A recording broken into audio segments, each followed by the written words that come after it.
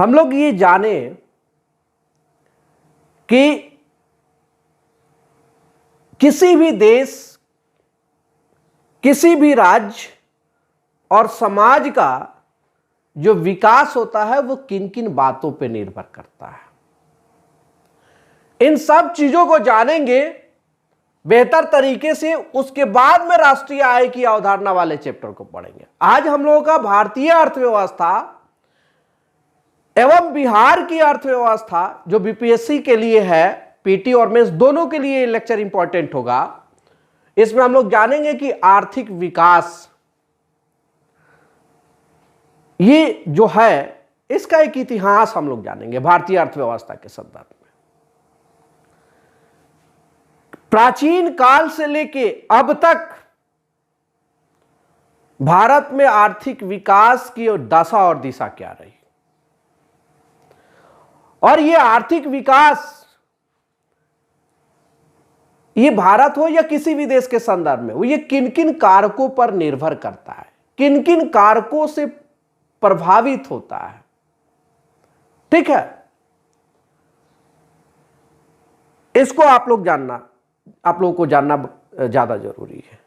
इसके नीचे लिखिएगा, सबसे पहले हमें जानना क्या है कि किसी भी देश का जो आर्थिक विकास होता है वो किन बातों पर निर्भर करता है, और यह भारत और बिहार के संदर्भ में कैसे लागू होता है। इस बेस पर हम भारत और वर्तमान बिहार का इवैल्यूएशन भी कर सकते हैं। ये एक क्या है, कसौटी के रूप में हम लोग रख लेंगे अपने पास, और तब वर्तमान या इससे पहले या औपनिवेशिक काल के दौरान या उससे पहले, और फिर भारतीय अर्थव्यवस्था का जो भविष्य है ये भी आपको समझ में आने लगेगा।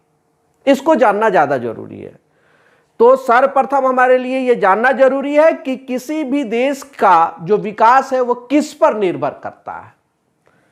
चलिए लिखना शुरू कीजिएगा, किसी भी देश का विकास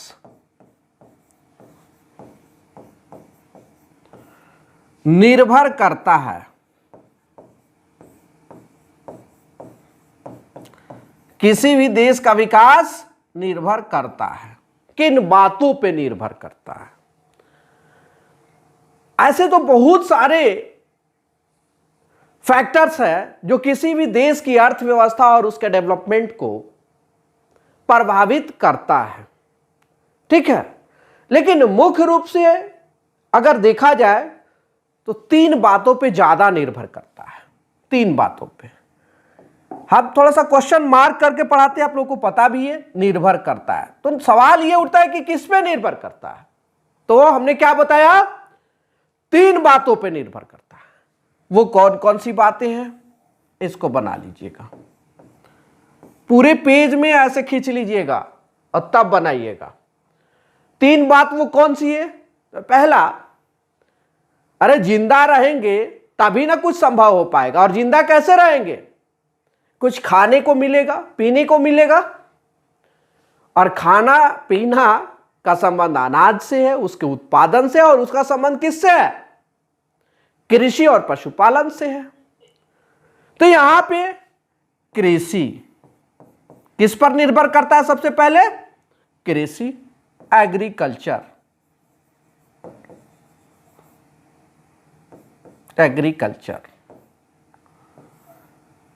एग्रीकल्चर पे निर्भर करता है, कृषि पे निर्भर करता है। और एग्रीकल्चर किस पे निर्भर करता है, कृषि को कौन कारक प्रभावित करते हैं, बेहतर कृषि, उन्नत हाँ। अब देखिए, तो पहला है कृषि, पहले एक एक करके हम लोग देखते हैं। दूसरा है कृषि और उद्योग। दूसरा क्या हो गया, उद्योग, इंडस्ट्री।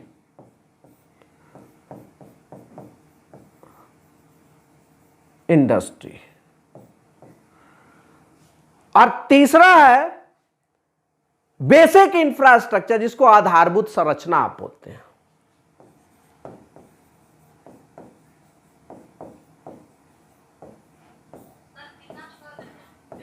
अभी अभी जस्ट इतना ही है, जो इतना लिखाया गया है इतना ही है, पेज छोड़ने की जरूरत नहीं है। पहला ही क्लास है, आपका सिलेबस लिखाया जा चुका है। उसी सिलेबस के अकॉर्डिंग अगर आप क्लास नहीं कर पाई हैं सिलेबस वाला, तो यूट्यूब पे है वीडियो अपलोड, उसको देख लीजिएगा। हाँ, तो ये पहला आपका है कृषि उद्योग और आधारभूत संरचना, बेसिक इंफ्रास्ट्रक्चर इसको बोलेंगे।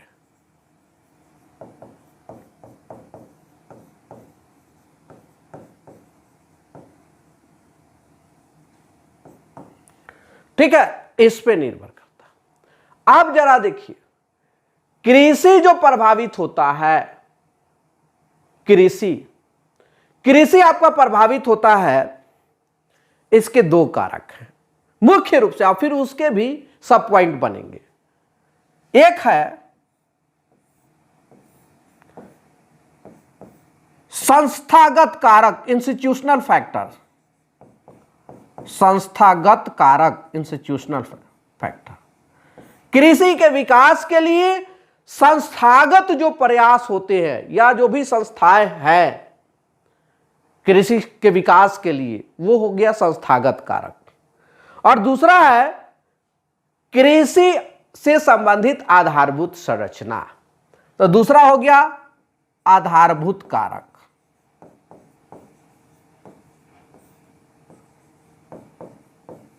दो कारक, संस्थागत कारक में कृषि संबंधी नीतियां, फिर बैंकिंग, बीमा, अनुदान, ये सब संस्थागत कारक में आ जाएगा। आधारभूत कारक में मेन यही है कि कृषि कार्य के लिए शक्ति है कि नहीं, शक्ति मीन्स यहां पावर, बिजली से है, ऊर्जा से है, उसके लिए साख, परिवहन, सिंचाई। साख का मतलब आप समझ रहे हैं ना, कृषि एग्रीकल्चर जो साख बोलते हैं, जैसे में सहकारिता, जो कोऑपरेटिव सोसाइटी वगैरह, बैंकिंग वगैरह, बीमा, वो हो गया।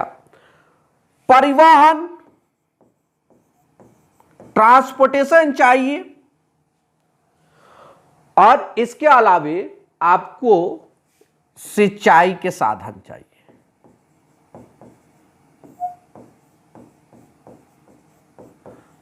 सिंचाई के साधन भी आप दो तरह से, आप एक तो परंपरागत था जो ट्रेडिशनल था, कुआं, तालाब, नदी, इस तरह से था, और आज के डेट में तो न्यू टेक्नोलॉजी आ गया है, तो नए जो तकनीकी जो कारक है, फैक्टर है, वो सब है, ट्यूबवेल वगैरह ये सब आ जाएगा, है ना।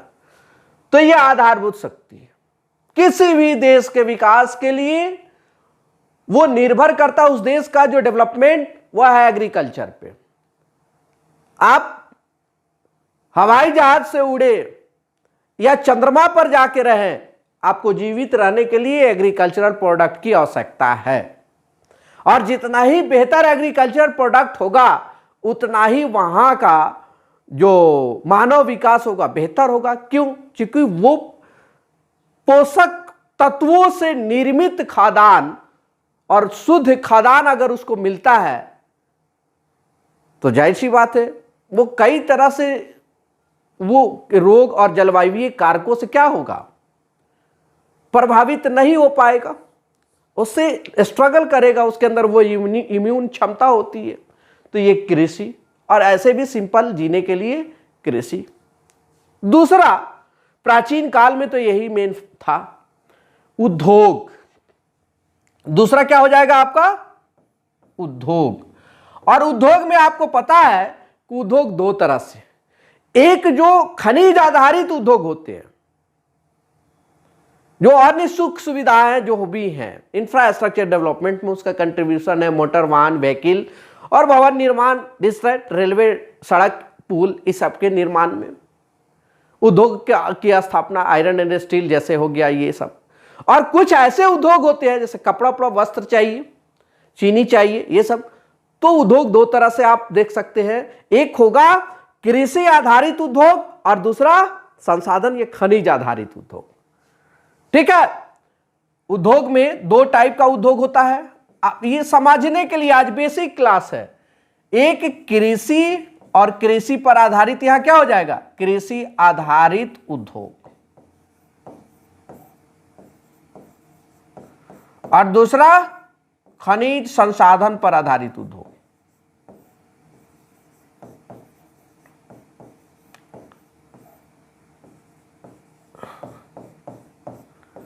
आई बात समझ में। अब इन सभी उद्योगों की स्थापना किन कारकों से प्रभावित होती है?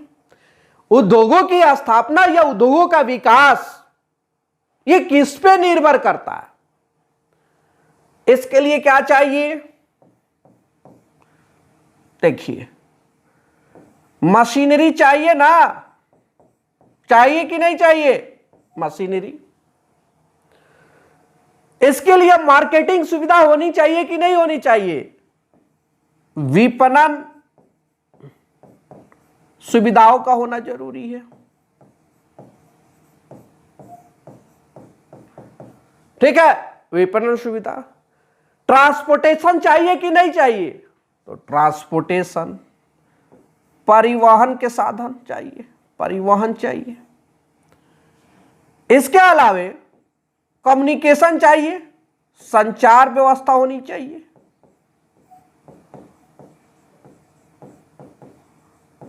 आजकल तो ये बहुत मायने रख दिया है। इसके अलावा तकनीक, चाहे पुरानी तकनीक हो या नई तकनीक, अब आज जो है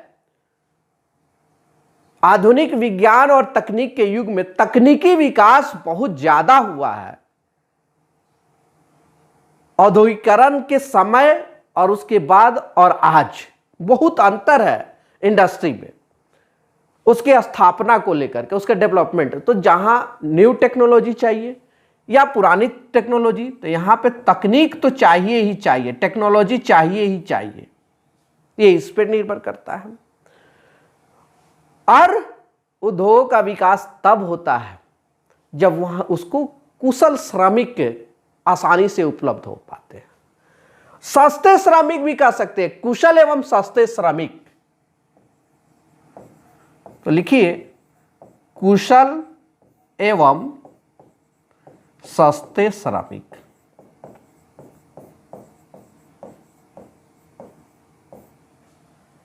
और भी हो सकता है एक आध फैक्टर, लेकिन मुख्य रूप से यही सब बातें हैं। ये सब होगा तो इंडस्ट्रियल डेवलपमेंट होगा। इंडस्ट्रियल डेवलपमेंट होगा, औद्योगिक विकास होगा, तो उस देश का आर्थिक विकास होगा। जो गुड्स हम तैयार करते हैं, जो भी वस्तु जो हम तैयार करते हैं, हमारा प्रोडक्ट तैयार होता है, वो जितना ही प्रोडक्शन अधिक होगा तो डिमांड को वो पूरा करेगा, और क्वालिटी बेहतर होगा तो इसकी डिमांड और ज्यादा होगी, और इंटरनेशनल मार्केट में हम क्या कर पाएंगे, कंपटीशन में आराम से उतर पाएंगे। हमारे प्रोडक्ट की भी डिमांड होगी, प्रतिस्पर्धा से में क्या होंगे, उससे हम बच पाएंगे और हम भी वहां सस्टेन कर जाएंगे। और इन सभी से आय का सृजन होगा। पर कैपिटा इनकम बढ़ता है, और पर कैपिटा इनकम जब बढ़ेगा तो यही तो डेवलपमेंट है। पर कैपिटा इनकम बढ़ने से किसी भी व्यक्ति या किसी भी देश या राज्य के अंदर रहने वाले लोगों का यदि पर कैपिटा इनकम बढ़ता है, तो ऐसी स्थिति में उनके जीवन स्तर, उनका रहन सहन क्या हो जाता है, बेहतर हो जाता है पहले की तुलना में। और ऐसी स्थिति में हम कहते हैं कि वो डेवलप है। जब हम डेवलप है तो हमारा देश डेवलप है, हमारा राज्य डेवलप है। और यह सब किन बातों पर निर्भर करता है? कृषि, उद्योग। उद्योग किस पे निर्भर करता है? तो मशीनरी, विपणन वगैरह वगैरह, ये सब हम लोगों ने देखा ही। आई बात समझ में। अब तीसरा हम लोग देखते हैं आधारभूत संरचना। तीसरा क्या है? आधारभूत संरचना। चलिए नेक्स्ट देखिएगा, तीसरा जो है आपका आधारभूत संरचना। आधारभूत संरचना में फिर हम लेते हैं पावर, शक्ति। नंबर 1 यहां पे शक्ति, पावर या बिजली। ये शक्ति, आज हम लोग पेट्रोलियम को क्या करते हैं, पेट्रोलियम को इंपोर्ट करते हैं। गल्फ कंट्री से हम लोग क्या करते हैं, आयात करते हैं। एक वर्ष में जो पेट्रोलियम की खपत है, अपनी आवश्यकता की पूर्ति का मात्र 1/3 भाग हम अपने भारत की भूमि से उसका प्रोडक्शन कर पाते हैं। शेष हमको विदेश पर निर्भर होना पड़ रहा है आज भी। तो पावर चाहिए, इस पावर में इसका सोर्स है, शक्ति कहां कहां से हमें मिलती है, प्राप्त होती है। तो इसके दो सोर्सेस है, एक रिन्यूएबल और दूसरा नॉन रिन्यूएबल, नवीकरणीय और दूसरा गैर नवीकरणीय। अब यहां पे देखिएगा, इन सोर्सेस में कोयला, ये रिन्यूएबल में नहीं आता है लेकिन है, अभी भी ये पावर जनरेट करने में इसका सबसे ज्यादा योगदान है। कोयला, पेट्रोलियम,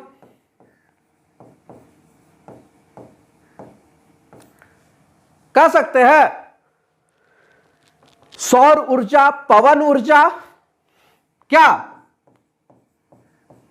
सौर ऊर्जा, पवन ऊर्जा, एक तो सबसे बड़ा चीज छूट रहा है, वो है परमाणु ऊर्जा।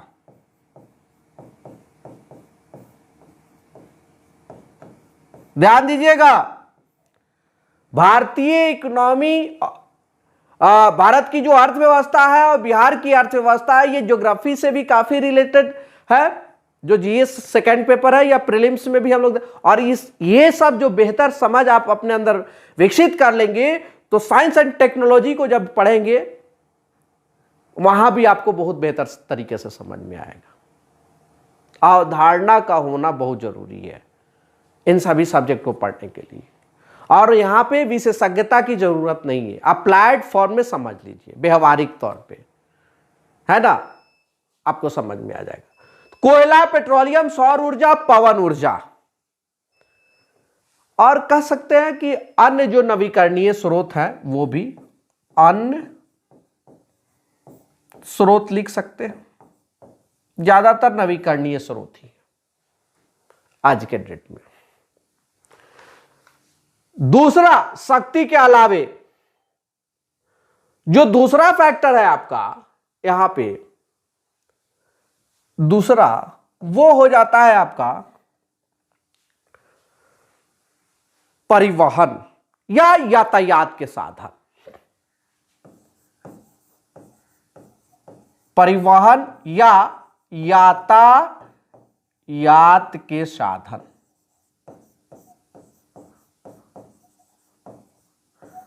यातायात के साधनों में 3-4 मुख्य रूप से है।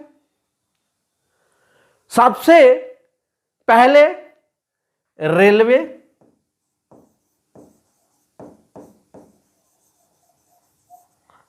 रोडवे,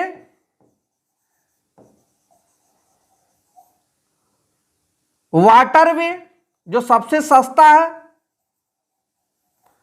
और एयरवे, यातायात के साधन। आप कहीं भी जाते हैं तो क्या देखते हैं, अरे यहां का रोड बड़ा बढ़िया है, यहां कम्युनिकेशन और यातायात के लिए ट्रांसपोर्टेशन बहुत अच्छा, और वहां रहने का मन करता है, आने जाने का मन करता है, सुविधाएं होती है। और जहां ये सब मेन्स ट्रांसपोर्टेशन के डेवलप होते हैं, ये सभी साधन हैं, उन क्षेत्रों का विकास अन्य जगहों की तुलना में आप अधिक देखते हैं। ऐसा है कि नहीं है? वहां के लोगों के अंदर संपन्नता है, वहां के लोगों के आय, आप जो पिछड़े जो क्षेत्र है जहां पे ये सब मीन्स नहीं है, कंपैरेटिवली देखा जाए तो वहां का पर कैपिटा इनकम ज्यादा है, जीवन स्तर ऊंचा है उनका, है ना। तो ट्रांसपोर्टेशन जो दूसरा महत्वपूर्ण कारक है आधारभूत संरचना में, बिजली और ट्रांसपोर्टेशन। इसके बाद में दूरसंचार, तीसरा दूर संचार के साधन, कम्युनिकेशन का होना भी बहुत जरूरी है। अब पुराने जो औपनिवेशिक काल या उससे पहले कम्युनिकेशन का मीन्स अलग था, स्वतंत्रता प्राप्ति के बाद कम्युनिकेशन का मीन्स अलग हुआ, और आज के इस उत्तर आधुनिक युग में कम्युनिकेशन का मीन्स मतलब साधन अलग हो गया है। लेकिन चाहिए तभी आपका वर्गीकरण, आपकी इकोनॉमी का आप कर सकते हैं। जहां जो जिस तरह से है उस तरह से आपका इकोनॉमी के तीन कहते कि पिछड़ा है, अल्प विकसित है ना।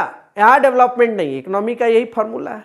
एक है विकासशील, ठीक है अभी डेवलप नहीं है, लेकिन ये अल्प विकसित की श्रेणी से उठ करके धीरे धीरे आगे बढ़ रहा है। और एक है ऑलरेडी जो सभी क्षेत्रों में, अर्थव्यवस्था के सभी क्षेत्रों को बेहतर तरीके से वहां पे क्या किया गया है, वहां डेवलपमेंट हुआ है, अर्थव्यवस्था का सभी क्षेत्र वहां पे बेहतर स्थिति में है। और सभी क्षेत्र बेहतर स्थिति में है, इसका मतलब है वहां का पर कैपिटा इनकम जो है वो बेहतर है, लोगों का जीवन स्तर, यानी कि ह्यूमन डेवलपमेंट जो आता है, एसडीआई आता है, ह्यूमन डेवलपमेंट इंडेक्स, जो मानव विकास सूचकांक, इन्हीं सभी बेसिस पे आते हैं, वो बेहतर है, वो डेवलप है। तो तीन कैटेगरी है इकोनॉमी में। पूरे विश्व को आप देखेंगे तो देशों को बांटेंगे तो तीन तरह से, एक है अनडेवलप्ड कंट्रीज, एक दूसरा है डेवलपिंग कंट्रीज, और तीसरा क्या है, डेवलप्ड कंट्रीज। अल्प विकसित राष्ट्र, विकासशील राष्ट्र, और तीसरा विकसित राष्ट्र। ठीक है। दूर संचार के साधन में आज भी डाक तार कह सकते हैं, पोस्ट ऑफिस की भूमिका है, इस बात से आप इनकार नहीं कर सकते हैं। रेडियो,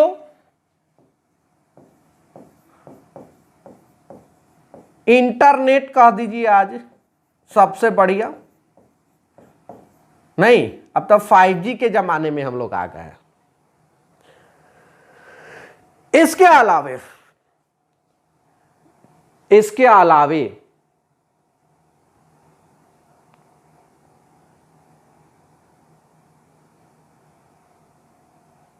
राष्ट्रीय आय की अवधारणा, इसके अलावे जो तीसरा फैक्टर है जो आधारभूत संरचना से संबंधित है, वो है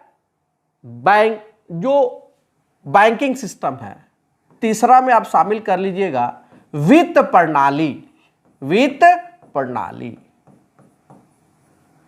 फिनांस का जो सिस्टम है वो, उसमें बैंक भी आ जाएगा, मुद्रा एवं बैंकिंग, तो बैंक भी आप शामिल कर लीजिए, और इंश्योरेंस बीमा को शामिल कर लीजिए। इसका होना जरूरी है, चाहे वो कृषि के डेवलपमेंट के लिए हो, या इंडस्ट्री, या व्यक्तिगत तौर पे, और भी इसके सारे काम हैं, तो यहां पे इसका होना जरूरी है, आधारभूत संरचना।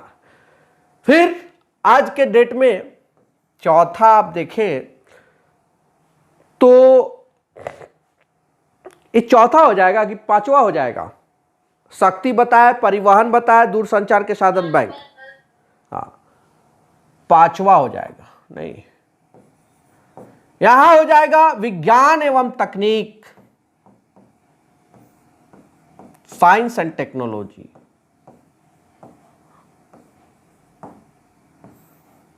साइंस एंड टेक्नोलॉजी है कि नहीं? बिल्कुल है, बिल्कुल है। जहां विज्ञान तकनीक 21वीं शताब्दी में नहीं है, वो विकास की कल्पना ही अब नहीं कर सकता है। ये विकास को आज के डेट में कहा जाए तो काफी प्रभावित करने वाला कारक हो गया है। हम और आप आज ऑनलाइन पढ़ रहे हैं, ये किसकी देन है? साइंस एंड टेक्नोलॉजी की। आज तो स्किल डेवलपमेंट यहीं से हो रहा है, सिखाया जा रहा है, प्रशिक्षण, ट्रेनिंग वगैरह सब कुछ यहां से संभव है। साइंस एंड टेक्नोलॉजी का होना किसी भी राष्ट्र के विकास के लिए आधारभूत कारक है। इसके अलावा कुछ सोशल फैक्टर भी होते हैं, सामाजिक कारक भी होते हैं।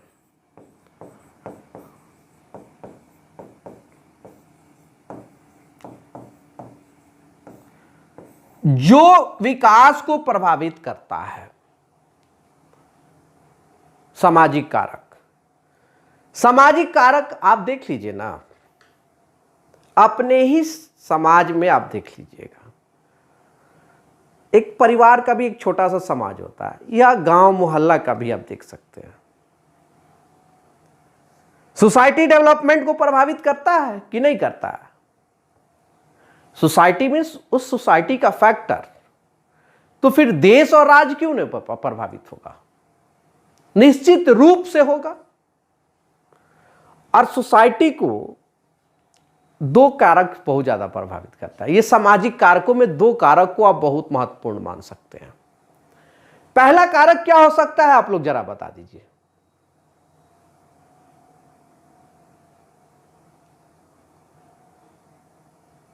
बताइए, दो कारक पर ही फोकस करेंगे, बाकी को छोड़ देंगे। अन्य भी हैं जो आगे हम लोग देखेंगे। दो मेन कारक हैं। शिक्षा, जहां शिक्षा है वहां सब कुछ है कि नहीं? तो शिक्षा, गांधी जी कहते हैं स्वस्थ शिक्षा का विकास कहां होता है? स्वस्थ शरीर और स्वस्थ मस्तिष्क में होता है।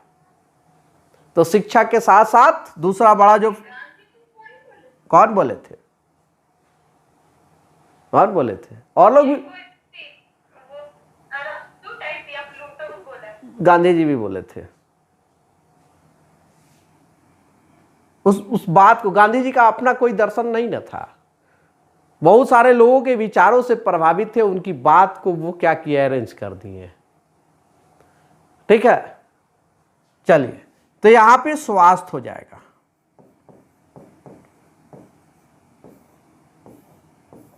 और ये दो जहां अच्छा है वहां सब कुछ अच्छा है। आई बात समझ में? अब मेरे कहने का मतलब है,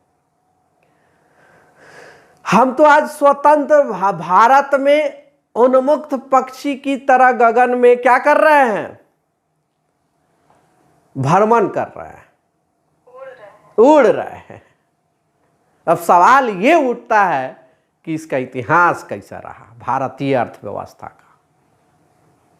जिस समय हमारा देश स्वतंत्र हुआ, अब वहां हम लोग देखें अपने आप को। जब तक अतीत को नहीं समझोगे तब तक वर्तमान समझ में नहीं आएगा और भविष्य बेहतर नहीं हो सकता है। अतीत से सीख मिलती है, वर्तमान को समझने में सहायता करती है, और यही भविष्य का निर्धारण होता है। लिख लीजिएगा नीचे। अब लास्ट में आप जानिए, मेरे किसी भी क्लास में हिस्ट्री को और ब्रिटिश सरकार का औपनिवेशिक काल का झलक मिल ही जाएगा, चाहे कोई सब्जेक्ट पढ़ाए। ठीक है, वहां आएगा ही आएगा। लिखिए नेक्स्ट पॉइंट।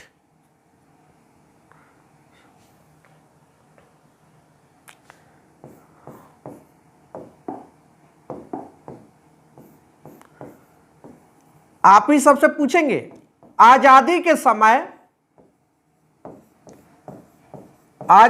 समय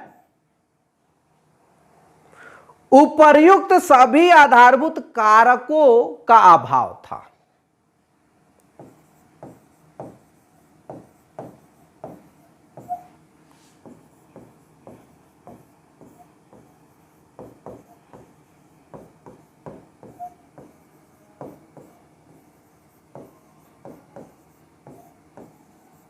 था या नहीं? अब आप बताएं। ब्रिटिश औपनिवेशिक शासन काल के दौरान भारतीय अर्थव्यवस्था पर प्रभाव पढ़ाए हैं। मेडाइवल इंडिया में भी हम पढ़ा दिए आपको कि भारतीय अर्थव्यवस्था पर की स्थिति कैसी थी, है ना?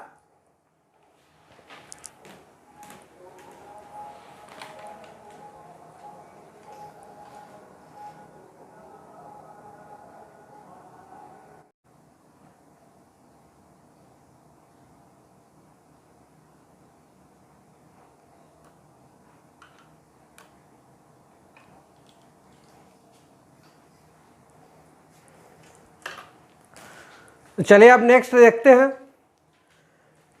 था क्या कि आजादी के समय ये सभी जो कारक हम लोगों ने देखा ये सब थे लेकिन इसका घोर अभाव भी था। इस क्षेत्र में जो डेवलपमेंट होना चाहिए था या इनकी जो आसानी से उपलब्धता जो होनी चाहिए थी वो नहीं थी, है ना। क्योंकि स्वतंत्रता के समय, नेक्स्ट अब देखिएगा सिनेरियो कैसा है इंडियन इकोनॉमी का। स्वतंत्रता के समय भारतीय अर्थव्यवस्था, देखिए लिखिएगा, स्वतंत्रता के समय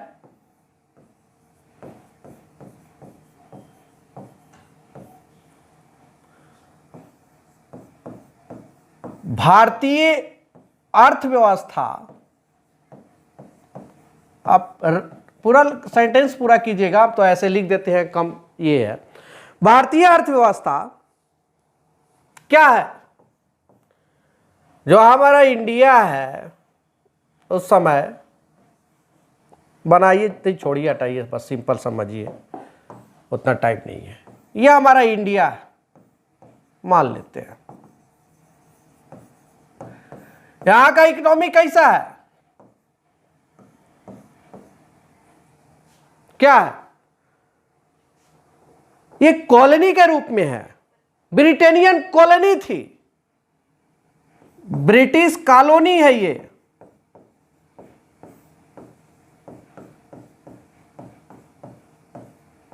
हम उपनिवेश थे।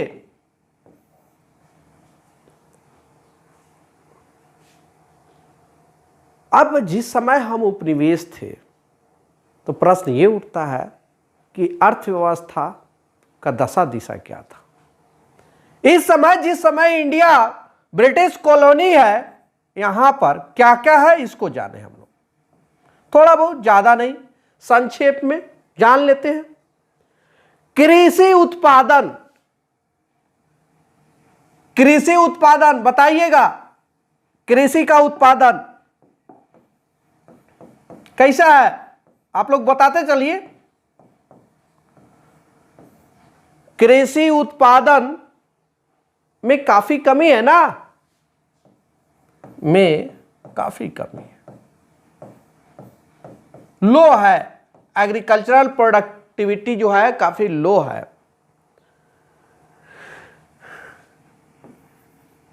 किसान कैसे हैं, इनकी स्थिति काफी दयनीय है, काफी गरीब हैं। यानी भारत में गरीबी का स्तर क्या है, बहुत ज्यादा है।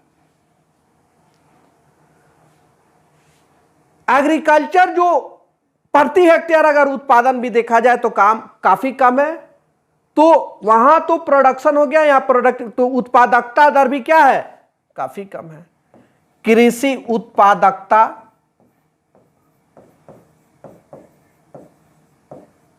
दर ये भी क्या है, कम है, लो है, बहुत बहुत ही लो है।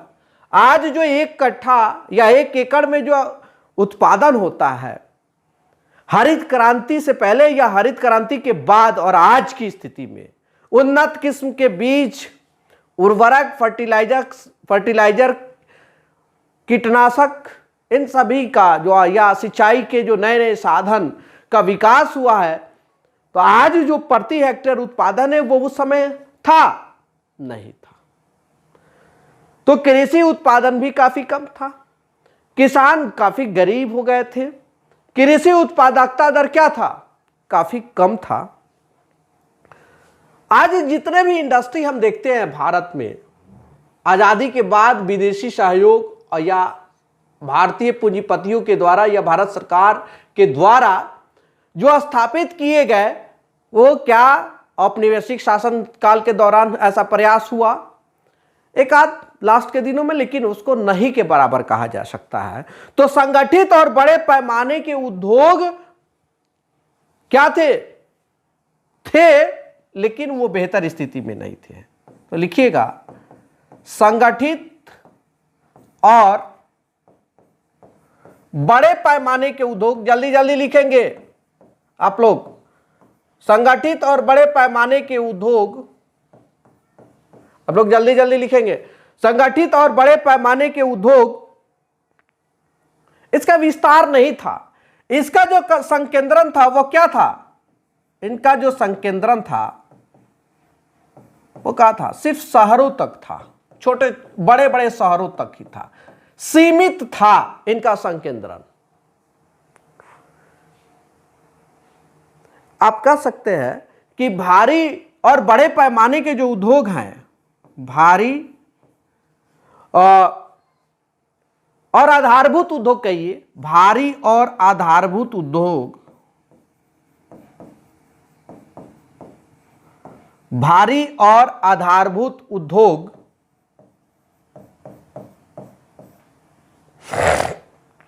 नहीं के बराबर थे। भारी और आधारभूत उद्योग नहीं के बराबर थे।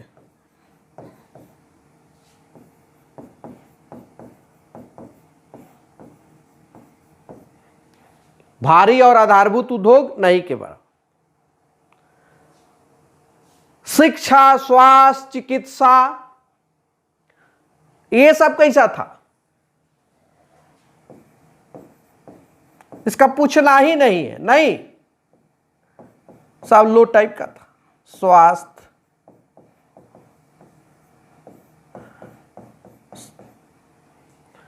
गरीबी बहुत अधिक है। आपको पता होगा, लगान की दर देते देते गरीब गरीब होते गए, जमींदारों लोग गरीब हो गया, और बेरोजगारी अपने चरम स्तर पे थी। तो बेरोजगारी की भी दर भी बहुत ज्यादा थी, बेरोजगारी। और इन सभी की वजह से आप देखे होंगे एग्रीकल्चरल जो प्रोडक्टिविटी है वो कम है।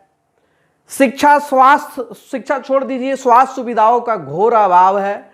गरीबी है, बेरोजगारी है, अकाल और भूखमरी, कुपोषण की समस्या है।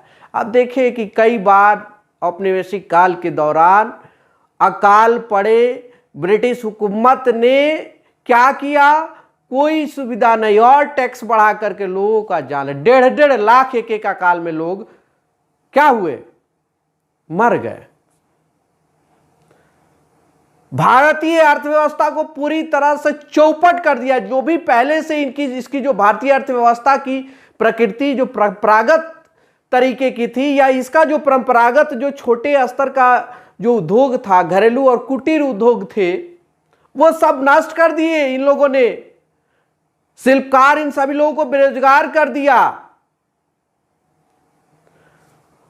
ब्रिटिश हुकूमत से पहले भारत की कुछ वस्तुएं थी, गुड्स थे, जिसकी डिमांड विदेशों में थी। इवन सूती वस्त्र, अफीम, इन सभी चीजों का, नक्काशी का, पत्थरों का, संगमरमरों का, सोने और चांदी के बने आभूषणों का, सबको इन लोगों ने ध्वस्त कर दिया। किस हाल में इन लोगों ने हमारी अर्थव्यवस्था को छोड़ा। जिस समय हमारा देश स्वतंत्र होता है उस समय इन सभी चीजों को आप देखिए, कितनी चुनौतियां इन लोगों ने अर्थव्यवस्था से रिलेटेड छोड़ करके गई। तो आप लिख सकते हैं लास्ट में, अस्पष्टता, अस्पष्टता। भारतीय अर्थव्यवस्था का स्वरूप कैसा हो गया था? अल्प विकसित था। भारतीय अर्थव्यवस्था का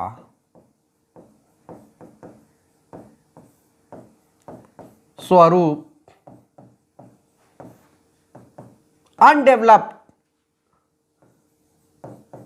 अल्प विकसित था कि नहीं था? बिल्कुल था।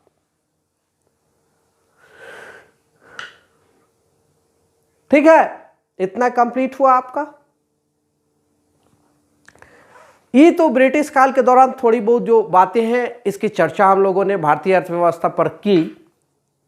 अब वर्तमान में देखते हैं थोड़ा सा, और थोड़ा सा ब्रिटिश औपनिवेशिक काल के पहले का थोड़ा सा एकदम बहुत संक्षिप्त अध्ययन हम लोग कर लेते हैं।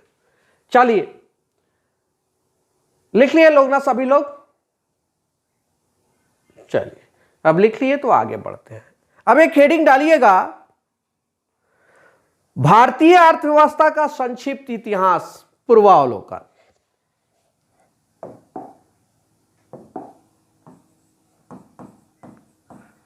भारतीय अर्थव्यवस्था का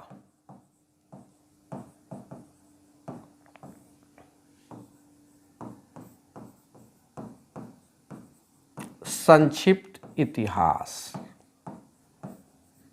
थोड़ा सा इसका एक पूर्वावलोकन टाइप का देखते हैं।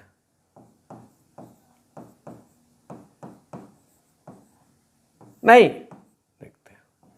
इसके इतिहास को हम लोग तीन भागों में बांट करके आराम से देखते हैं। एक है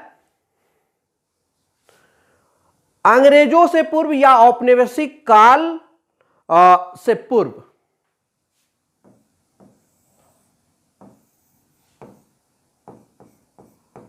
तीन चरण में इसको देखिए, औपनिवेशिक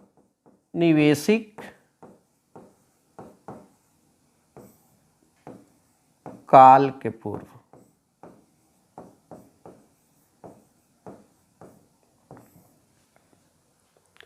दूसरा औपनिवेशिक काल के दौरान,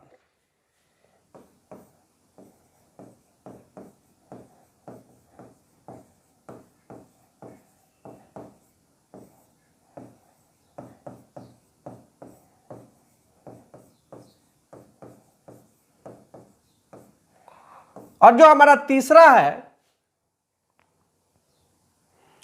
औपनिवेशिक काल के बाद या आजादी के बाद।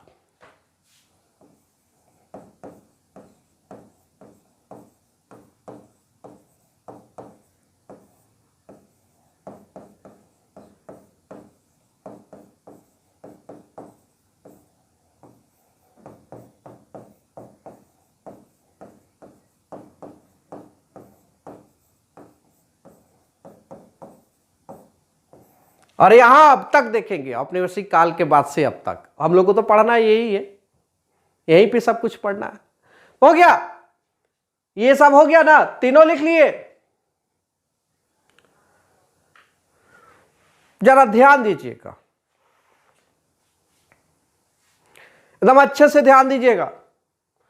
औपनिवेशिक काल से पहले कुछ कुछ पॉइंट्स है, लिखना नहीं, बस पॉइंटेड फॉर्म में जान लेते हैं। हमारी जो अर्थव्यवस्था है उस समय शहरीकरण उस तरह का नहीं था। आज जो शहरीकरण है वो उस स्तर का नहीं था। तो भारतीय अर्थव्यवस्था की जो प्रकृति है वो ग्रामीण प्रकृति की थी, ग्रामीण प्रकृति की थी। और ग्रामीण प्रकृति के साथ साथ कर सकते हैं ग्रामीण तथा अविकसित प्रकृति की थी, पिछड़ा हुआ था, अविकसित था अर्थव्यवस्था हमारा। गांव जो था हमारा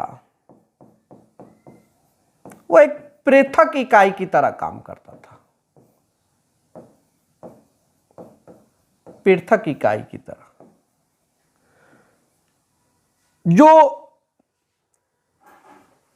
व्यवसाय था,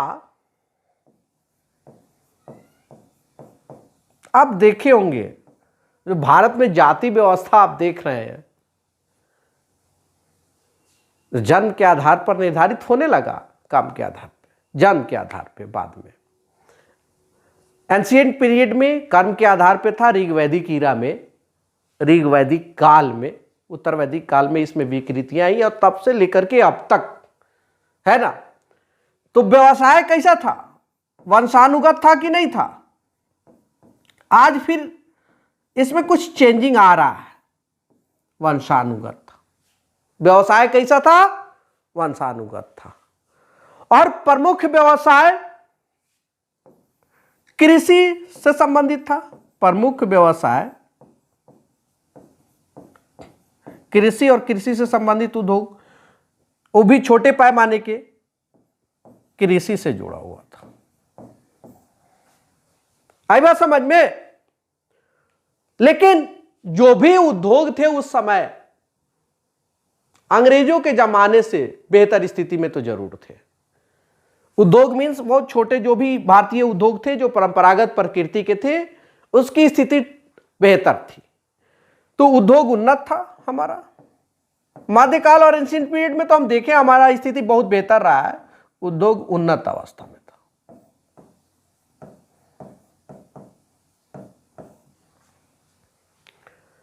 हो गया। इन सब के बावजूद भारत के जो उत्पाद है वैश्विक बाजार में एंशिएंट मेडाइवल और औपनिवेशिक काल से जस्ट पहले मांग थी। तो आप लिखेंगे भारतीय उत्पादों की मांग वैश्विक बाजार में थी। भारतीय, ऐसे ही सोने की चिड़िया थोड़े कहा गया, उत्पादों की मांग वैश्विक बाजार, इंटरनेशनल मार्केट में थी।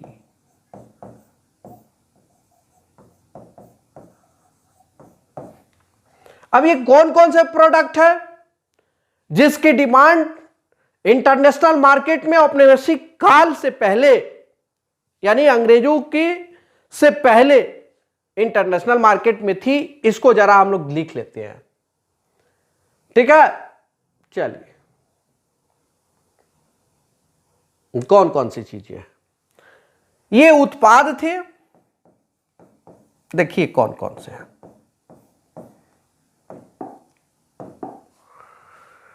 ये कौन कौन से प्रोडक्ट है? रेशमी और सूती वस्त्र। था या नहीं था? इतिहास में पढ़े है ना? था ना? चलिए, संगमरमर के द्वारा किया हुआ कार्य, तो संगमरमर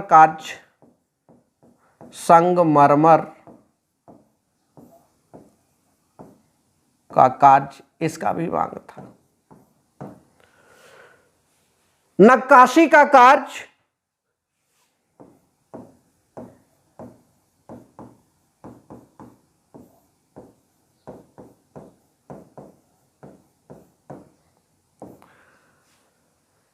सोने चांदी के आभूषण,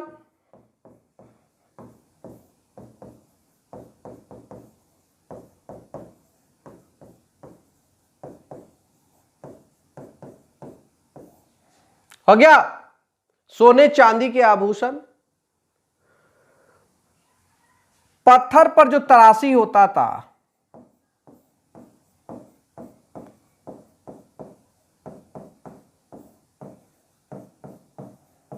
हमारे जितने भी विरासत है, जो धरोहर है, वो कम है क्या आज के डेट में? काफी उन्नत अवस्था में है, ठीक है? इन सभी चीजों का। इसके अलावा वस्तुओं में देख सकते हैं, और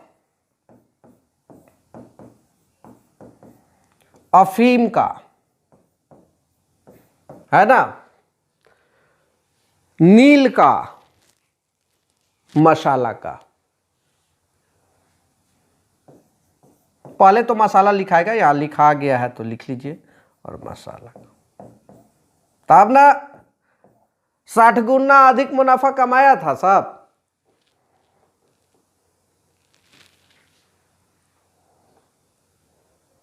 यानी अब ये इन सभी चीजों को ध्यान में रखते हुए यह कहा जा सकता है, यहां से एरो मार करके यहां पे लिख लीजिए या नीचे लिख लीजिएगा, अगर इस पे आप गौर करें तो ये बात समझ में आती है कि जो भारत की अर्थव्यवस्था है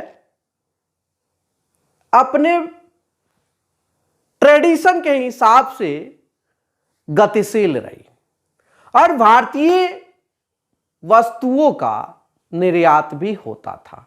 कब? औपनिवेशिक काल से पहले। तो इन सभी का निर्यात भी होता था, ठीक है। और हमारी जो अर्थव्यवस्था है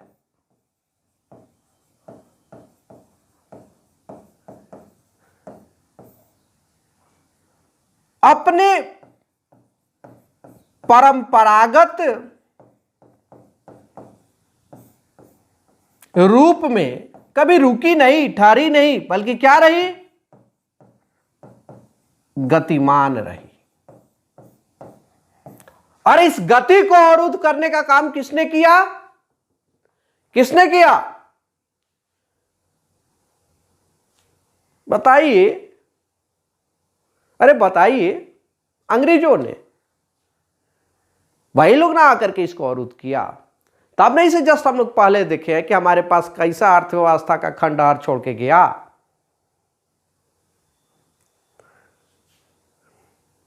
इतना ही नहीं, मांग कब होता है? जब जो प्रोडक्ट है, ये प्रोडक्ट कैसा होता होगा? हाई क्वालिटी का होता होगा ना, उच्च क्वालिटी का। लिख सकते हैं, सब समझने के लिए है। ये सब चीजें थी। अब दूसरा हम लोग देखते हैं। ये हो गया, लिख लिए लोग? जल्दी बोलिए, इसको कंप्लीट करें। चलिए,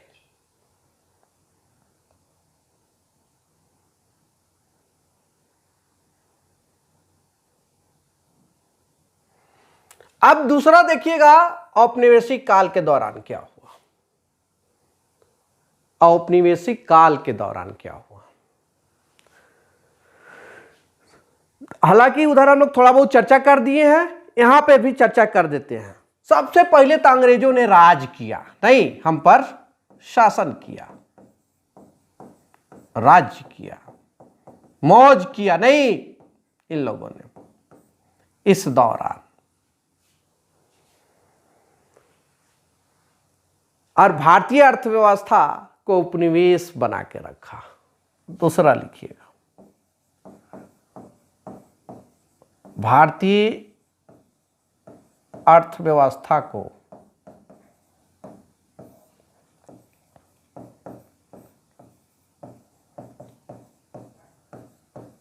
उपनिवेश बनाकर रखा।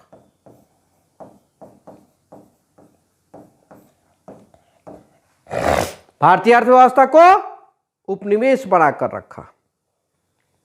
राज किया, मौज किया, शासन किया। शासन को जरा देख लीजिए, जान रहे हैं आप लोग, लेकिन व्यवस्थित अध्ययन कर लीजिए एक बार।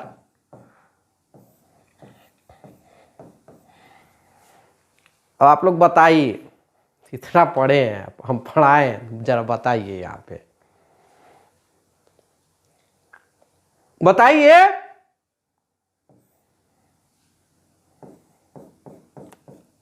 ईस्ट इंडिया कंपनी और दूसरा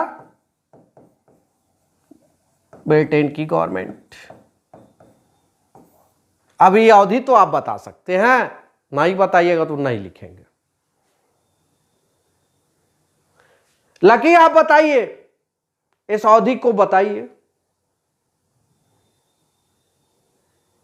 सर ये 1600 से और 1857 तक ईस्ट इंडिया कंपनी और उसके बाद ये ब्रिटेन गवर्नमेंट। 1757 से, ठीक है, अच्छा प्रयास है। और फिर यहां 1858 से 1947 तक।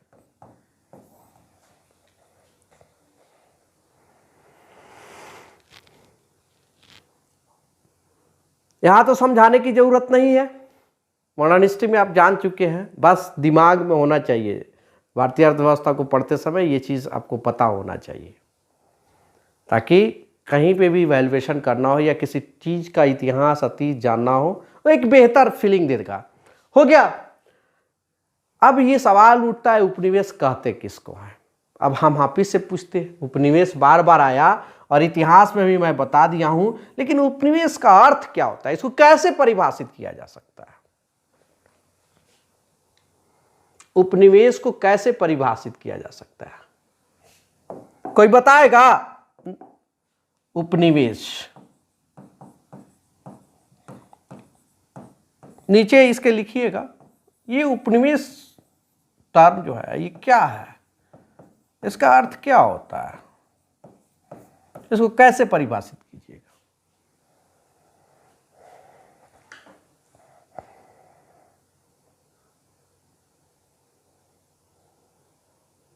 जब कोई भी राष्ट्र, कोई भी देश किसी दूसरे देश पर राजनीतिक नियंत्रण स्थापित कर लेता है और इस नियंत्रण के माध्यम से वहां की अर्थव्यवस्था को अपने नियंत्रण के अधीन कर लेता है, अपने नियंत्रण में कर लेता है और वहां के संसाधनों का अपने हित को साधने के लिए प्रयोग करने लगता है, वो क्या कहलाता है? उपनिवेश कहलाता है, कॉलोनी कहलाता है। और इस तरह की जो विचारधारा होती है, जिस भी राष्ट्र इस तरह की विचारधारा को लेकर के उस तरह की नीतियों का अनुसरण करके इस काम को अंजाम देता है, तो इस तरह के विचारधारा को उपनिवेशवाद कहा जाता है। वाद मतलब विचार, तो उपनिवेशवाद हो गया।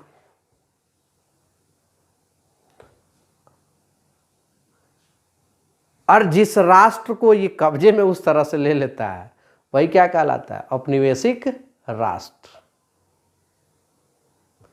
समझ में आया कि नहीं आया?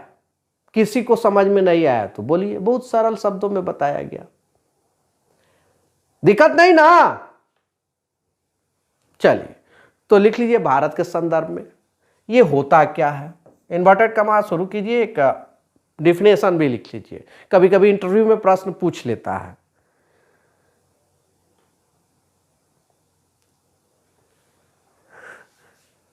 देश को किसी प्रकार की राजनीतिक स्वतंत्रता प्राप्त नहीं थी। उपनिवेश किसको बोलते हैं? अपने देश के संदर्भ में मैं बोल रहा हूं। देश को किसी भी प्रकार की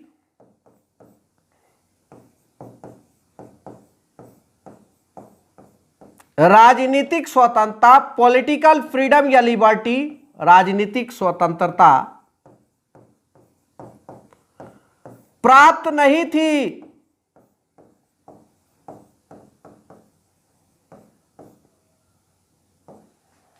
आई बात समझ में?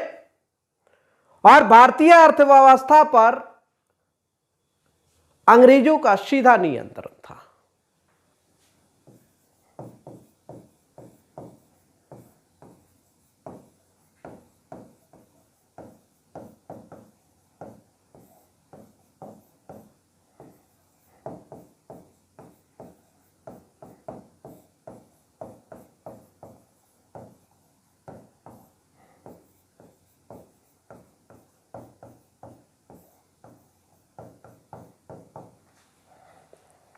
कोई दिक्कत नहीं ना?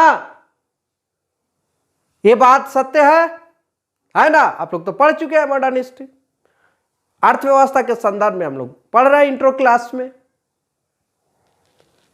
कोई दिक्कत?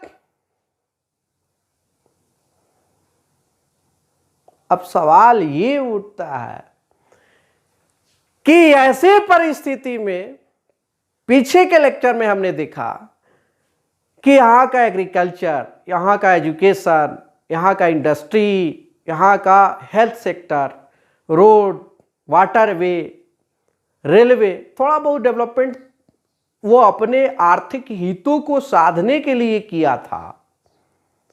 यानी कि जो हमारा जो इकोनॉमिक जो कंडीशन था ठीक नहीं था। अब प्रश्न उठता है कि आज भारतीय अर्थव्यवस्था जहां खड़ी है या हम जहां खड़े हैं जिस इकोनॉमी पे, यहां तक पहुंचने में वर्तमान सिनेरियो जो पूरे ग्लोबल इकोनॉमी के सामने हम जो दिखाई दे रहा है जिस रूप में, और 1947 से अब तक ये जो इतना 75 वर्ष हमने तय किया है, इस 75 वर्षों में हमारा इकोनॉमिक डेवलपमेंट कैसे हुआ, किस रूप में हुआ, किस तरह की रणनीति अपनाई गई। क्योंकि जिस समय हम स्वतंत्र होते हैं उस समय अर्थव्यवस्था जो औपनिवेशिक अर्थव्यवस्था थी, लगभग 200 वर्षों तक हम उपनिवेश रहे, हमारी अर्थव्यवस्था उपनिवेश रही। बहुत बड़ी चुनौतियों को छोड़ करके वो लोग यहां से गए। चुनौतियां तो बहुत थी, लेकिन उन चुनौतियों में इकोनॉमिक अर्थव्यवस्था से संबंधित जो चुनौतियां थी वो काफी जटिल थी। आज आप वहां पे जा करके अगर पढ़ेंगे, देखेंगे, तो आपको लगेगा कि एक बहुत लंबी दूरी हमारी अर्थव्यवस्था ने तय किया है। इसके बावजूद इकोनॉमिक डेवलपमेंट को लेकर के आप पॉलिटिकल जो हलचल है आप देखते हैं हर जगह, चहुआरे कि गरीबी है, बेरोजगारी है, यहां आर्थिक भ्रष्टाचार है, ये घोटाला है, वो घोटाला है, अडानी, अंबानी, मोदी, राहुल, इस सब की बात हो रही है। आपने क्या किया तो मैंने क्या किया, काला धन, झूठा धन, काला सच, झूठा सच, ये सब दी स्ट्रेट जो बात हो रही है। उसके बावजूद आज हमारी जो अर्थव्यवस्था है विश्व की 5वीं सबसे बड़ी अर्थव्यवस्था है जीडीपी के अकॉर्डिंग, और ऐसा अनुमान है कि कुछ दिनों बाद हम आगे निकलेंगे और आगे निकलेंगे। लेकिन अभी भी हमारी अर्थव्यवस्था के समक्ष चुनौतियां कम गंभीर नहीं है। सबसे बड़ी जो समस्या है वो ह्यूमन रिसोर्स की मैनेजमेंट को लेकर के, रोजगार को लेकर के है। ये तब था, आजादी के समय था, और आज भी है। लेकिन भूखमरी नहीं है हमारे यहां, अकाल की समस्या नहीं है, खाद्यान्न उत्पादन के मामले में हम आत्मनिर्भर है, और बहुत सारे खाद्यान्न का हम आयात थोड़ा बहुत करते हैं, लेकिन निर्यात भी करते हैं। हम अपनी खाद्यान्न की जरूरतों को अब पूरा करने की स्थिति में है। अर्थव्यवस्था के लगभग सभी क्षेत्रों में इस दौरान हमने बहुत सारे अचीवमेंट्स प्राप्त भी किए हैं। तो प्राप्त कैसे किए, उसकी दशा दिशा क्या थी, यही सब इंडियन इकोनॉमी का पहलू होगा जो सिविल सर्विसेज में आपको पढ़ना होता है। और आज भी इकोनॉमी से रिलेटेड कौन कौन सी चुनौतियां हैं, चैलेंजेज हैं, और इसके लिए क्या किया जाना चाहिए, इसी को पढ़ना होता है, इसी की समझ होनी चाहिए। कुछ है नहीं, अप्लाइड, कुछ व्यवहारिक बनकर के सोचिएगा, चिंतन कीजिएगा, और डाटा संबंधी जो प्रश्न पूछे जाते हैं उसको समझना पड़ता है, रटना पड़ता है, मेमोराइज करना पड़ेगा। इकोनॉमी आसान हो जाएगा आपके लिए, बहुत आसानी से आप समझ जाएंगे इकोनॉमिक्स को, इकोनॉमी को। इकोनॉमिक्स नहीं कर रहा हूं, इंडियन इकोनॉमी हो या बिहार की इकोनॉमी हो, जो आपको बीपीएससी में या दरोगा एग्जाम ये सब में पढ़ना है। आप जितना सोच रहे हैं या सोच रहे थे कि ये पढ़ना है वो पढ़ना है, ऐसा कुछ भी नहीं है, ऐसा कुछ भी नहीं है। सबसे पहले आप भयमुक्त वातावरण में पढ़ें। आई बात समझ में? लिखा देता हूं थोड़ा बहुत ताकि आपको अंदर से कॉन्फिडेंस आ जाएगा। प्रश्न उठता है कि स्वतंत्रता के बाद हमारा इकोनॉमी कैसा था। एक इसका एक पहलू ये बाकी है ना, औपनिवेशिक काल के बाद या स्वतंत्रता के बाद, है ना? इसको लिखाया जाए, इसको देखा जाए। चलिए इसको भी देख लिया जाए।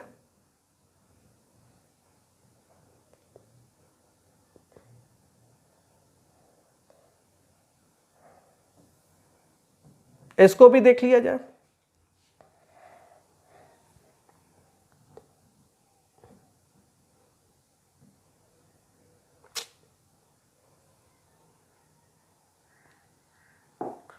चलिए, स्वतंत्रता प्राप्ति के बाद या औपनिवेशिक शासन की समाप्ति के बाद, हेडिंग डालिएगा उसी में एरो खींच करके या आगे, स्वतंत्रता प्राप्ति के बाद।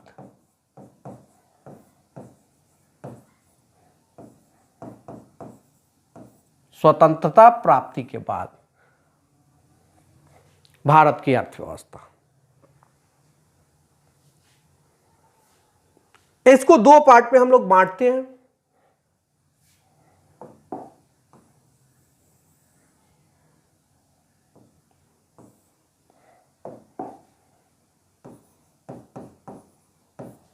इसको दो पार्ट में बांटते हैं, यहां पर भी इसको दो पार्ट में बांटिए।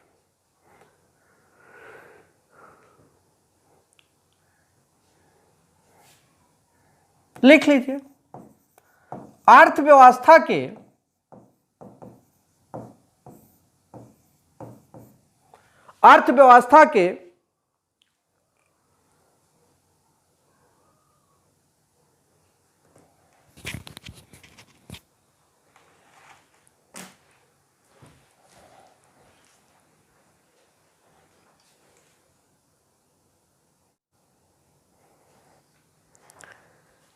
चलिए नेक्स्ट हम लोग देखते हैं जो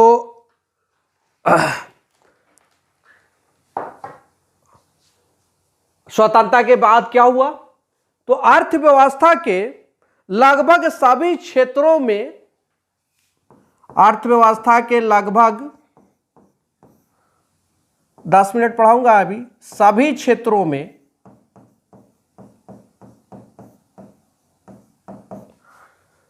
अर्थव्यवस्था के लगभग सभी क्षेत्रों में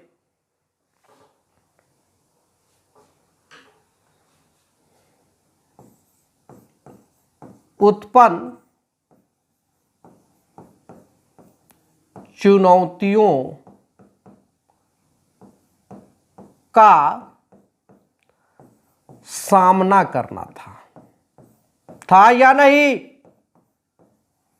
लकी, जब देश हमारा आजाद होता है तो लगभग इकोनॉमी, इकोनॉमी का जितना भी सेक्टर है सब में चुनौतियां थी या नहीं? थी। तो उसका क्या करना था? डट कर मुकाबला करना था, हम लोगों को सामना करना था। ठीक है, मुझे नहीं बोलना चाहिए पॉलिटिकल बात, नहीं बोलूंगा, क्लास के बाद बोलूंगा, ठीक है ना। ये सभी क्षेत्रों की चुनौतियों का सामना करना था। ये चुनौतियां कौन थी? अब आप लोग काउंट कराइए। आज भी है लेकिन उस समय बहुत ज्यादा गहरी थी। गरीबी, बेरोजगारी,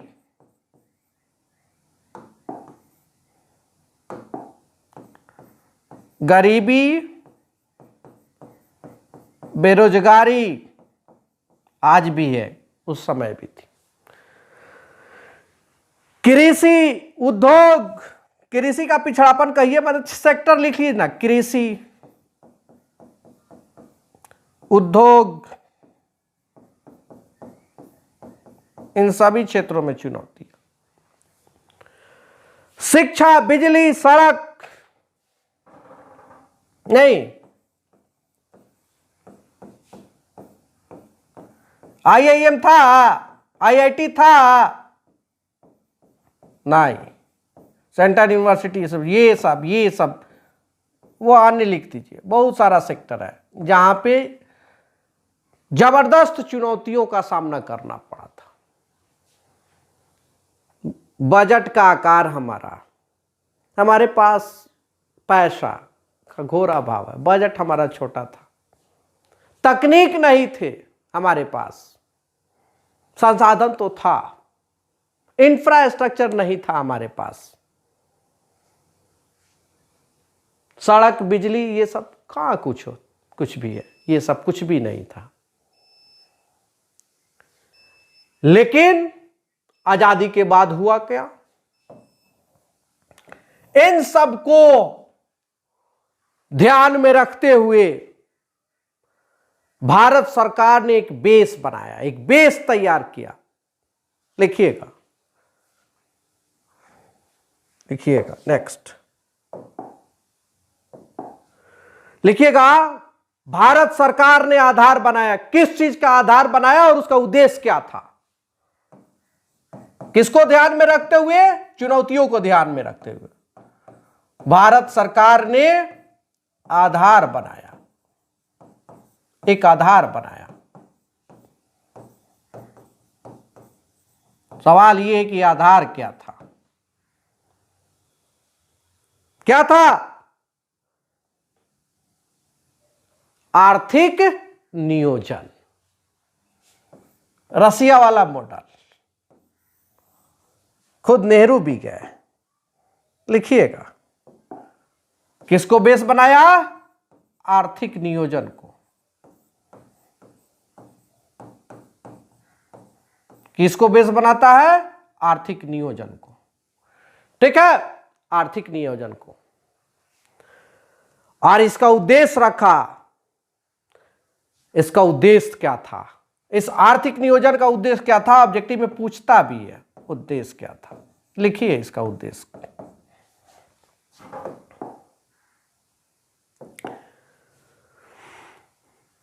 देश में समन्वित एवं संतुलित विकास को प्रोत्साहित करना। देश में समन्वित, एकीकृत, सबको मिला करके समन्वित एवं संतुलित विकास, कोई भी विकास की मुख्य धारा से छूटे नहीं, संतुलित विकास। और अर्थव्यवस्था का प्रत्येक क्षेत्र में विकास होना चाहिए। देश में समन्वित एवं संतुलित विकास को प्रोत्साहित करना, इसका उद्देश्य था आर्थिक नियोजन का। आपसे कोई पूछेगा, आप यही जवाब देंगे। अब इसको हम लोग देखेंगे कि कैसे कैसे संतुलित और आर्थिक विकास तब से लेकर के अब तक किए गए, उसके बावजूद भी आज भी आर्थिक आधार पर विषमताएं हैं देश में, ये सब समझ में आ जाएगा। ठीक है, देश में समन्वित एवं संतुलित विकास को प्रोत्साहित करना था। ये हुआ कैसे? पहली बार आप जान रहे हैं, योजना आयोग का गठन हुआ, राष्ट्रीय विकास परिषद की स्थापना की जाती है और 5 ईयर प्लान्स, पंचवर्षीय योजनाओं की शुरुआत की गई। यही ना था। और इसमें सभी क्षेत्रों में प्रायोरिटी के आधार पर विकास को गति देने का काम किया गया। विभिन्न योजनाएं चलाई गई, कार्यक्रमों को लागू किया गया, अलग अलग सेक्टरों में इन्वेस्टमेंट किए गए, है ना। इसको लिखिए, फिर नीचे यहां पे एरो मार दीजिएगा, लिखिए। अब लिखने का मन नहीं कर रहा, आप लोग लिखिए। प्रथम पंचवर्षीय योजना से 12वीं पंचवर्षीय योजना तक के काल में, प्रथम पंचवर्षीय योजना से 12वीं पंचवर्षीय योजना तक के काल में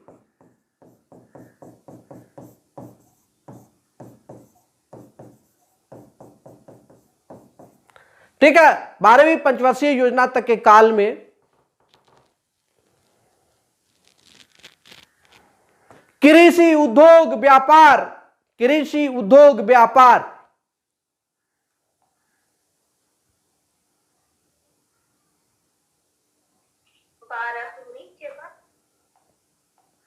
12वीं पंचवर्षीय योजना तक के काल में कृषि उद्योग व्यापार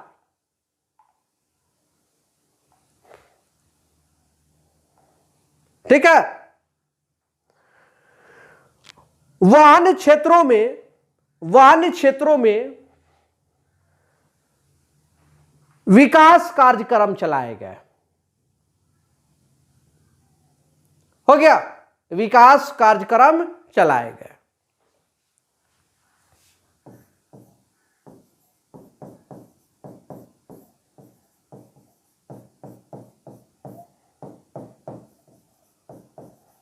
हो गया।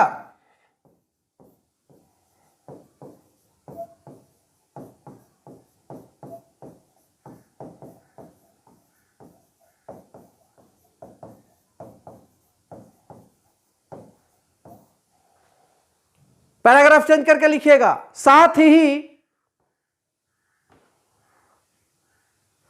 भारतीय अर्थव्यवस्था के साथ ही भारतीय अर्थव्यवस्था के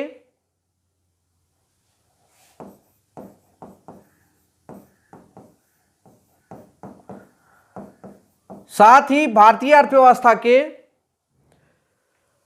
संस्थागत ढांचा को भी विकसित करने का प्रयास किया गया। भारतीय अर्थव्यवस्था के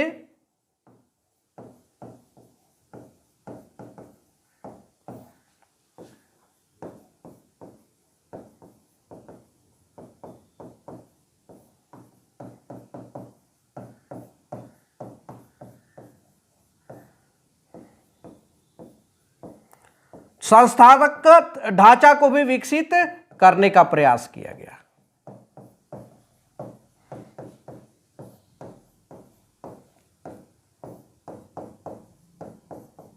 आएगा समझ में? ताकि विकास को तीव्र गति दिया जा सके।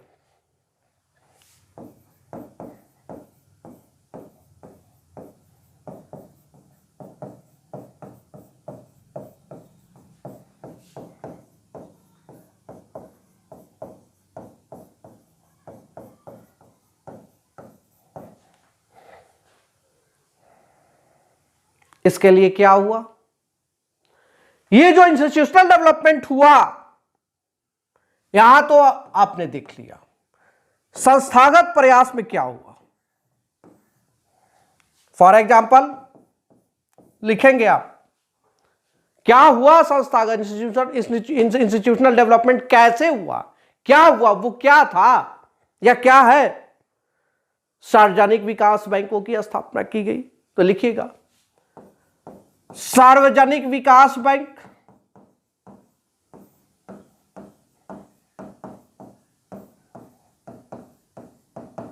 जो आज हमारा बैंकिंग सिस्टम है, इस दिशा में बहुत प्रयास हुआ आजादी के बाद। इतना ही नहीं, इनका राष्ट्रीयकरण भी किया गया।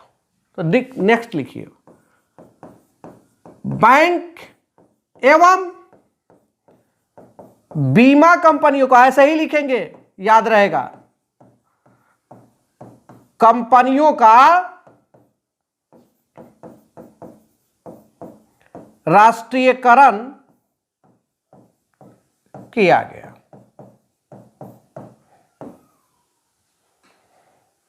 सबका डेट हम लोग जानेंगे। अभी एज ए इंट्रोडक्शन पूरा होलिस्टिक अप्रोच बनाइए पहले। ग्रामीण क्षेत्रों में विद्युतीकरण किया गया और उसके लिए संस्थागत प्रयास हुआ। ग्रामीण विद्युतीकरण,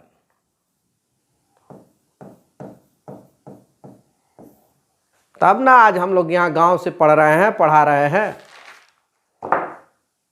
सड़क और रेल परिवहन का विकास हुआ।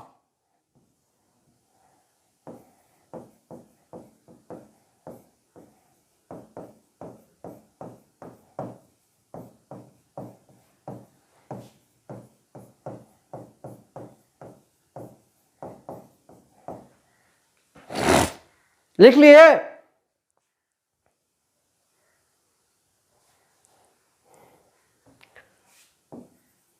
कृषि का मशीनीकरण हुआ। हुआ है कि नहीं हुआ है? और इसकी दिशा में प्रयास हुआ। हरित क्रांति, वो आप कह सकते हैं कि अनाज उत्पादन में आत्मनिर्भरता प्राप्त करने के लिए। सब बोल्ड पॉइंट है, हर जगह यूज में आ जाएगा।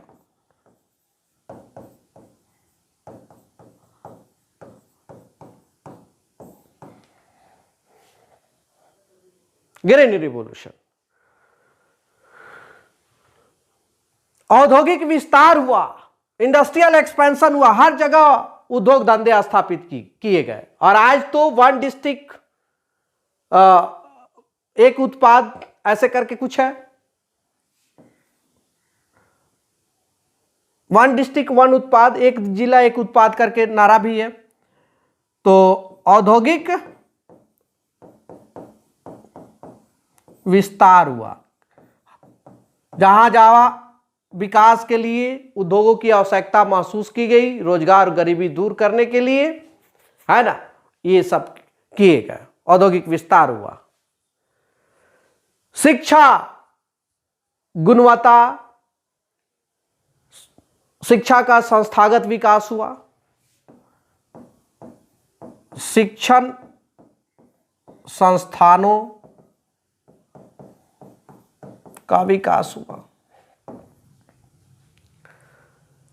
स्वास्थ्य सुविधाओं का विस्तार किया गया,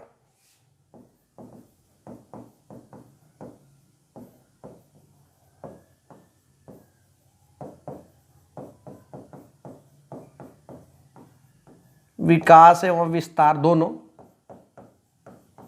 नहीं। आज 101 डायल कीजिए, तुरंत एम्बुलेंस। यानी अर्थव्यवस्था के लगभग सभी क्षेत्रों पर, पहलुओं पर आजादी के बाद सरकार के द्वारा ध्यान दिया गया। ठीक है, तो फिर सवाल ये उठता है कि आज परिणाम क्या है? आज परिणाम क्या है? नहीं, आज जो हमारा है परिणाम क्या है?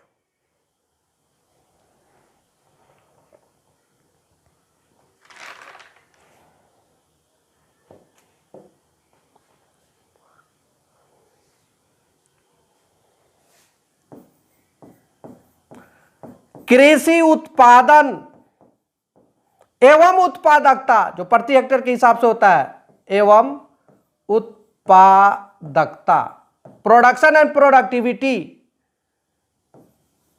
में वृद्धि हुई है कि नहीं हुई है? हुई है। आधारभूत जो उद्योग है,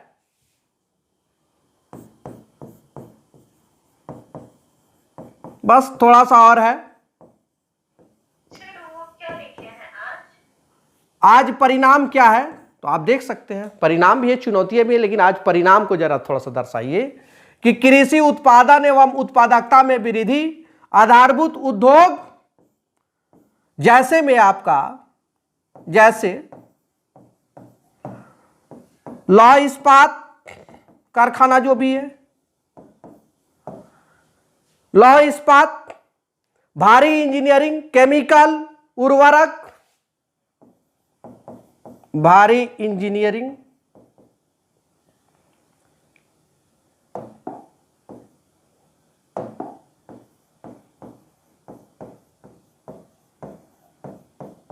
रसायन उद्योग,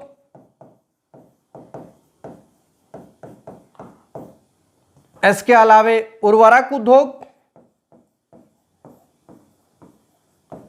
इस दिशा में हम बहुत आगे निकले हैं ना।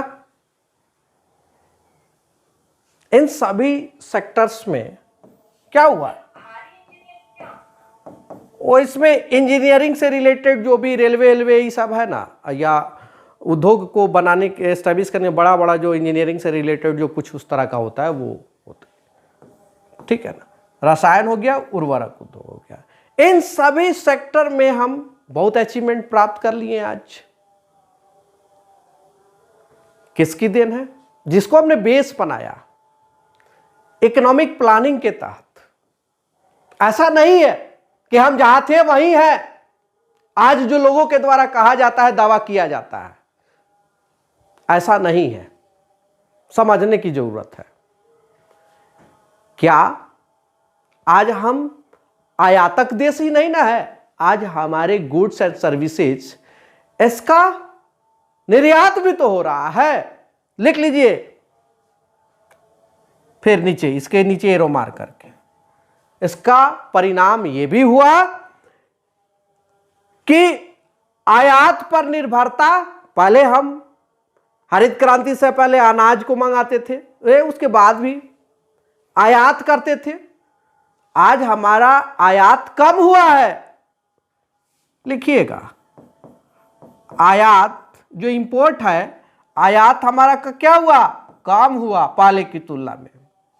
इसका मतलब है विदेशों पर जो हमारी निर्भरता थी, हम अपनी जरूरत के लिए विदेशों पर निर्भर हुआ करते थे, वो निर्भरता भी कम हुआ है।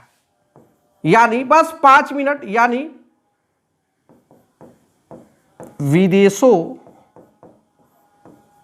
पर निर्भरता क्या हुआ, वो भी कम हुआ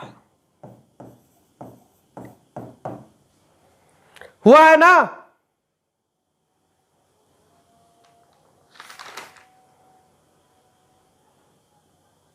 मोटे तौर पर बस लास्ट है, इसको लिख लीजिए, निष्कर्ष के रूप में आप कह सकते हैं। निष्कर्षता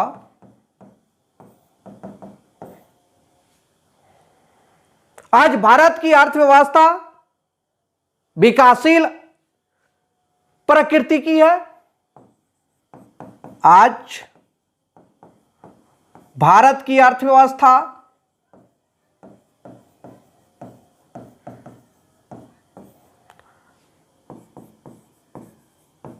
विकसित नहीं है तो विकासशील प्रकृति तो है, विकासशील प्रकृति की है। विकास से अगर जोड़ करके देखते हैं तो, और विकासोन्मुख है, विकास के पथ पर हम चल रहे हैं, उन्मुख है और विकासोन्मुख है। 1-2 मिनट और लगेगा। और विकासोन्मुख है।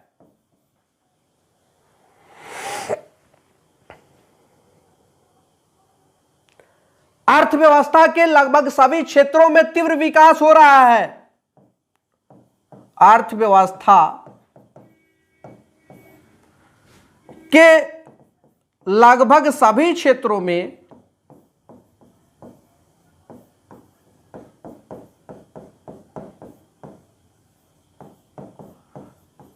विकास हो रहा है।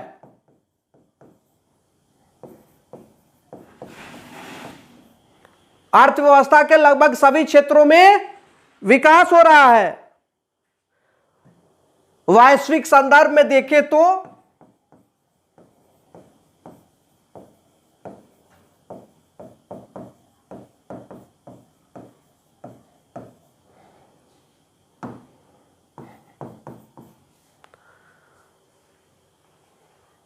विश्व की 5वीं सबसे बड़ी अर्थव्यवस्था हो चुकी है।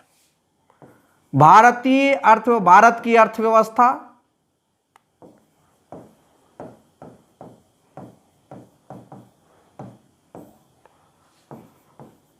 विश्व की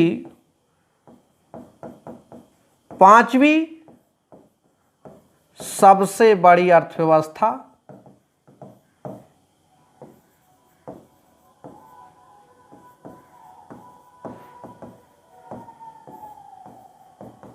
बन चुका है।